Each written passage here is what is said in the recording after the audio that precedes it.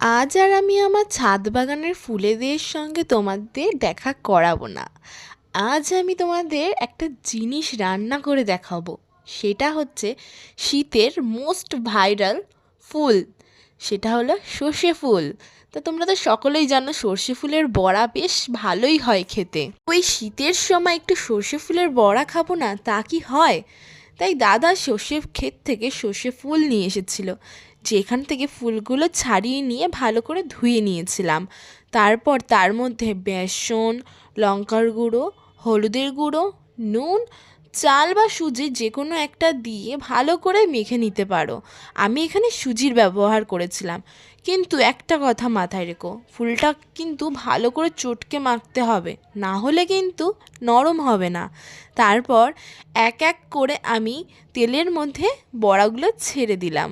তারপর তো তোমরা দেখতেই পাচ্ছ কতগুলো বড়া ভেজে নিয়েছি, পুরো এক থালা ভেজে নিয়েছি বড়া। আর এই বড়াগুলো খেতে খুবই অসাধারণ, তোমরাও একবার ট্রাই করে দেখতে পারো কিন্তু। এখানে দেখো গরম গরম সর্ষে ফুলের বড়া, সত্যি এত সুন্দর লাগছিল। তার উপর আবার দেখো কি সুন্দর ধোঁয়া উঠছে সর্ষে ফুলের বড়ার থেকে।